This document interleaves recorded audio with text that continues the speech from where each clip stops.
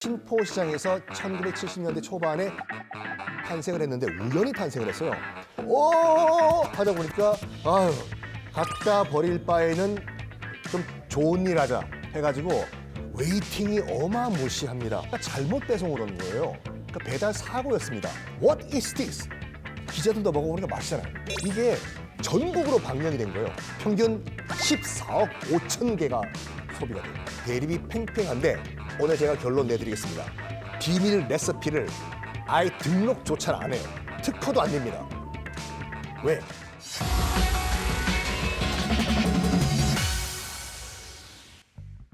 네, 여러분 안녕하십니까. 세상의 모든 알고 싶은 지식을 알기 쉽게 전달해드리는 스토리텔러 썬킴 인사드리겠습니다. 자, 오늘은 어떤 스토리를 여러분께 전달해드릴까 고민하다가 먹거리죠. 일단 금강산도 식후경이니까 먹어야 됩니다.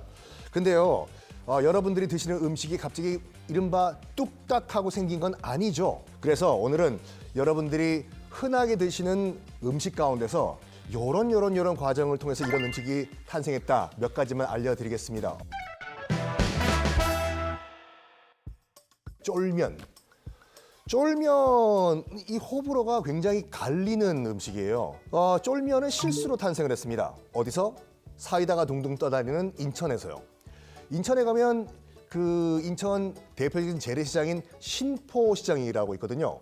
신포시장에서 1970년대 초반에 쫄면이 탄생을 했는데 우연히 탄생을 했어요.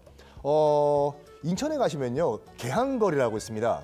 여기에 광신제면소라고 지금도 영업을 하는 국수를 뽑는 곳이 있는데 여기서 이 주인분께서 1970년대 초반에 부산 밀면과 같은 냉면을 만들려고 여러 가지 시도를 해봤대요. 그런 과정에서 이 분창이라고 해서 이제 그 면 뽑는데 꼽는 그게 있거든요. 구멍이 작으면 면이 가늘게 나오고 구멍이 크면 굵게 나오겠죠. 밀면 가늘어요. 그래가지고 가늘게 면을 뽑아야 되는데 이걸 잘못 끼워 넣어가지고 하다 보니까 굵은 면발이 나온 거예요. 야, 이거 어떡하냐 이거. 갖다 버릴 수도 없고 아유 갖다 버릴 바에는 좀 좋은 일 하자 해가지고 만나당이라는 분식집이 있었어요. 거기에 이거 면 어떻게 좀 그 만들어가지고 한번 그 팔아보십시오. 이거 그냥 거저 주시는 겁니까? 예, 해봐요. 그래서 이 만나당 주인은 이거 어떡하지 하다가 그래 내가 특기가 이 이른바 양념장 비빔장이니까 이거랑 넣고 건강을 생각하기 위해서 뭐가 없을까 하다가 그러면 양배추 같은 거 좀 썰어 넣어가지고 비벼서 한번 내보자 했는데 이게 대박이 난 거예요. 그것이 우연히 탄생한 쫄면의 시작이고 지금도 아까 말씀드린 것 같이 광신제면소에 가면은 쫄면의 탄생지라고 해서 지금도 팔고 있는데 웨이팅이 어마무시합니다. 만나당이 있었던 곳이 이제 신포시장인데 맞습니다. 신포 만두로 유명한 곳입니다. 거기서 또 만두가 탄생을 했고 한번 가보세요. 우리가 생각하는 그 어렸을 때 먹었던 모든 분식들이 거기서 다 판매가 되고 있습니다. 만두랑 쫄면. 자, 가볍게 시작했으니까 본격적인 한번 얘기 한번 들어보겠습니다. 치킨 윙 있잖아요. 치킨 윙. 치킨 윙의 대명사라고 하면 일단 버팔로 윙이라고 사람들은 생각을 합니다. 여기서 말하는 버팔로는 이 물소 버팔로가 아니라 미국의 북동부에 있는 국경도시 버팔로란 도시가 있어요. 뉴욕 주 안에 버팔로. 이 버팔로가 뭐로 유명하냐면 나이아가라 폭포가 있는 곳이거든요. 이 지명을 따서 만들어진 것이 버팔로 윙이에요. 치킨 윙은요 원래 안 먹는 부위였어요. 그러니까 노예제가 있었을 당시 미국은 백인 농장주들은 일단 튀겨 먹지 않았어요. 달기든 뭐든 로스트라고 해서 오븐에 넣어서 구워 먹었거든요. 그리고 뼈가 없는 부위만 먹어요. 대표적인 것이 닭 가슴살, 포크와 나이프로 썰어 먹을 수 있는 부위. 근데 이 흑인 노예들이 딱 봤을 때 닭날개가 솔직히 뭐 먹을 게 뭐가 있겠습니까 이게요. 근데 이거를 백인 농장주들은 얘다 먹으라 하고 줬잖아요. 이걸 어떻게 많은 식구들이 이 입이 막 아빠 밥 줘라고 하고 있는데 양을 좀 늘릴 방법이 없을까 하다가 이거를 그러면 튀겨서 한번 먹어보자. 그리고 열량도 높아지니까 튀기면요 으쌰 일도 더 열심히 할 수 있고 그래서 던져준 닭날개, 그다음에 뭐 목, 그다음에 드럼스틱이라고 하는 뭐 진짜 맛있죠. 닭발.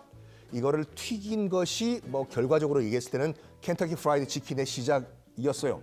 특히 목과 드럼스틱이라고 하는 닭발은 살이라도 있죠. 이거를 안 먹었어요. 백인이든 흑인이든 간에. 이제 노예제가 다 끝난 다음에 이제 미국이 이제 현대 사회로 들어왔을 때도요. 이거가 어떻게 해서 먹게 됐냐 하면은 1964년도에 앵커스 바라고 하는 식당이 있었습니다. 버팔로예요. 파스타를 만들기 위해서 닭가슴살을 벨리시모라는 주인이 오다를 냈는데 치킨 윙, 닭날개가 잘못 배송을 온 거예요. 그러니까 배달 사고였습니다. 여주인이 이거 어떡하지 버릴까 하다가 버릴 바에는 나눠주자 무료로 해가지고 자기만의 특제 소스 단짠 이 소스에 버무려 가지고 이걸 치킨 윙으로 만들어 가지고 무료 서비스로 제공을 한 거예요. 근데 먹어보니까 맛이 괜찮잖아요, 이게요. 이 입소문 나가지고 이제 버팔로의 식당들이 이제 그 야금야금 레시피를 받아가지고 버팔로 윙, 치킨 윙을 만들어 먹기 시작을 했어요. 이게 또 어느 거에 또 파생 효과를 줬냐면 맥주요. 이게 단짠이다 보니까 당연히 맥주 한 잔이 생각나겠죠. 이게 식당에서 이제 바로 안주로 이동을 한 겁니다. 이러다가 대박 사건이 하나 터져버립니다. 뭐냐? 여러분 미식축구 좋아하십니까? NFL이라고 룰을 한번 공부하시고 보세요. 진짜 이거보다 재밌는 스포츠가 없어요. 미식축구가요. 땅 따먹기요. 미국의 그 서부 개척시대 정신을 스포츠로 녹인 거예요. 하여간 이게 결승전이 보통 매년 2월에 열립니다. 슈퍼볼이라고 해가지고 이 슈퍼볼이요. 단일 스포츠 게임으로는 가장 규모가 커요. 한국 시리즈 여러 회 하죠. 한 번에 결정 안 하잖아요. 근데 이 미식축구는 단 한 번, 딱 게임 한 번으로 우승팀을 결정을 해요. 그러니까 얼마나 손에 땀을 쥐겠습니까, 이게요.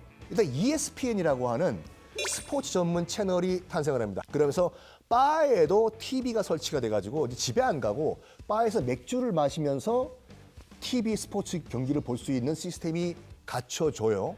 사건이 발생합니다. 1990년대 초반에 여기 버팔로를 기반으로 한 버팔로 빌스라는 미식 축구 팀이 있어요. 90년도 초반에 4번 연속으로 슈퍼볼에 진출한 거예요. 그러니까 사람들이 관심이 버팔로 빌스가 무슨 어떤 팀이야? 하면서 전국에 있는 그 스포츠 중계팀이 이제 버팔로로 간 거예요. 갔는데 그 동네 사람들이 스포츠 경기를 보면서 바에서 뭔가 먹고 있는 걸 봤네? What is this? 이거 치킨윙이라고. 기자들도 먹어보니까 맛있잖아요. 이게 전국으로 방영이 된 거예요. 그거를 1년이 아니라 4회 연속으로 진출한 거기 때문에 4년 연속으로 계속 사람들이 보다 보니까 와, 미식축구는 치킨윙과 먹어야 되는구나 라는 고정관념이 생긴 거예요. 그리고 이 치킨윙이 여러 명이서 함께 먹을 수 있기 편해요. 작다 보니까 한 플레이트 가지고 여러 명이 모여가지고 맥주 한잔 하면서 그냥 자꾸 먹으면 돼요, 이렇게요. 그러면서 슈퍼볼 덕분에 치킨윙의 소비가 폭발을 해버리는데 하루에요. 슈퍼볼이 열리는 슈퍼볼 나이트라고 그 하룻밤 사이에 닭날개가 몇 개가 소비가 되는 줄 아십니까? 맞춰보세요. 평균 14억 5천 개가 소비가 돼요. 그래서 그날 소비되는 치킨 윙, 버팔로 윙을 쭉 연결하면 지구를 3바퀴 돕니다. 어쨌든 간에 여러분들이 드시는 치킨 윙의 대명사 버팔로 윙이 어떻게 해서 탄생했는지 설명을 드렸습니다. 자, 혹시 뭐 술 못 드시는 분들은 뭐야, 나는 치킨 윙에 맥주 안 먹고 난 콜라 마시는데 왜 콜라 얘기는 안 하세요? 섭섭해 하셨죠? 그럼 콜라 얘기 해드릴게요. 콜라는 그쵸, 미국에서 만든 게 맞아요. 존 펜버튼이라고 하는 약사가 만들었다는 건 여러분들이 한 번쯤은 다 들어보셨을 겁니다. 조지아주 아틀란타에 살고 있던 1800년대의 사람이에요. 마침 그때 미국의 분위기가 어떤 분위기냐면 청교도가 세운 나라잖아요, 미국이요. 술 먹지 맙시다. 정말로 순수하고 이렇게 청렴결백해야 되는 우리 미국 사람들이 왜 술을 먹습니까? 라고 하면서 저 북쪽에 있는 메인주부터 이제 금주 분위기가 내려와요. 그러다 보니까 이제 그 존 펜퍼턴도 기껏 와인에다가 이제 코카잎을 넣어서 나름 짝퉁 100마리아니를 만들었는데 뭐야, 뭐 술을 안 먹는 분위기야? 고민에 빠집니다. 술을 빼면 뭐로 내가 이걸 만들지? 하다가 그 당시에는요, 약국마다 뭐가 있었냐면 탄산수를 만드는 기계가 있었거든요. 그러면 코카잎이랑 탄산수랑 한번 섞어볼까? 섞었는데 이게 맛이 샤라라라라라가 된 거죠. 이게 다가 아니에요. 근데 맛이 조금 더 부족한데? 콜라 있죠. 콜라가 나무 이름입니다. 에? 콜라 나무에서 나온 너트, 열매를 가루로 만들어서 한번 넣어봤어요. 그랬더니 맛이 폭발을 해버리네. 이야, 이거 이름을 지어야 돼요. 당연히 코카 잎에서 나온 추출물과 콜라 너트에서 나온 추출물을 섞은 거잖아요. 그래서 만들어진 것이 코카콜라인데, 콜라 잎은 스펠링이 K로 시작합니다. 코카인은 C로 시작하죠. 근데 옆에 있던 그 부하 직원이 이런 말입니다. 사장님, 이왕 그럴 거 콜라 그거 K 날려버리고 똑같이 C로 맞춥시다. 어차피 발음은 똑같은데. 그럴까? 그래서 그 직원이 디자인까지 해줘요. 이렇게요. C 강조해가지고 코카콜라 이래서 우리가 알고 있는 코카콜라의 시작이었어요. 자, 이 존 펜버튼은 코카콜라라는 걸 이제 시제품을 만들어 놨는데 안타깝게도 이것이 상품화되는 과정을 못 보고 죽습니다. 죽기 전에 이거에 대한 그 제조법 같은 것을 아사 캔들러라는 사람에게 넘겨주거든요. 그래가지고 이 아사 캔들러가 그 존 펜버튼으로 받은 레시피를 가지고 대량 생산을 하기 시작하면서 코카콜라 컴퍼니를 만듭니다. 그것이 우리가 알고 있는 현재 코카콜라 회사가 되고요. 이 아사 캔들러가 굉장히 큰 기여한 게 뭐냐면 공모를 했습니다. 이 병에 넣어서 팔긴 팔아야 되는데 수많은 음료 가운데서 좀 눈에 튀는 디자인이 뭐가 없을까 하다가 그래서 한 루트 글라스 컴퍼니라는 유리 회사에서 디자인을 하나 제공을 해요. 그것이 알고 있는 우리 그 스커트 모양의 병 있죠. 대박 날 것 같아. 그래서 그 아사 캔들러가 그거 디자인을 받아가지고 우리가 알고 있는 코카콜라 유리병에 담아서 팔기 시작하면서 대박이 납니다. 하나만 더 말씀드릴까요? 코카콜라 제조 비법 여러 가지 얘기가 있어요. 그거 다 낭설이야. 그거 다 알고 있는데 그거 다 알고 있으니까 815 콜라도 나오고 펩시 콜라 나오고 다 나오는 거 아니냐 는 사람도 있고, 아니다, 아직까지 비밀 창고의 레시피는 지금 보관이 돼 있고 극소수 일부만 볼 수가 있다라고 대립이 팽팽한데, 오늘 제가 결론 내드리겠습니다. 아사 캔들러가요, 이거를 비밀 레시피를 아예 등록조차 안 해요. 특허도 안 냅니다. 왜? 특허를 신청을 하면요 20년 동안은 비밀이 보장이 돼요. 문제는 20년 후에는 이게 레시피가 공개가 돼야 돼요. 그게 싫었어요. 그러다가 이제 아사 캔들러가 다른 사람한테 이제 이 회사를 넘겨서 이제 그 인수인계를 시키는데, 인수를 받은 사람들도 비밀 마케팅 전략을 이용을 해요. 나름 약간 신비롭잖아요, 이게요. 콜라 안에 뭐 들었을까? 몰라. 그래서 이 새로 인수한 사람이 레시피가 적힌 이 책을 은행 비밀 창고에 넣고 하다가 지금은 조지아주 아틀란타에 있는 코카콜라 박물관 안에 있는 비밀 금고 안에 있습니다. 이런 말이 있어요. 봐봤자 아무것도 없다고. 그 뻔한 설탕물인데 맛을 수도 있어요, 솔직히요. 하지만 나름대로 코카콜라의 비밀 전략이 그거예요. 블라인드 테스트 해보면 아시겠지만 펩시콜라랑 코카콜라 마셔보면 약간씩 맛이 다르거든요. 여기에 그 비밀 마케팅 전략을 여기에 적용하는 거죠.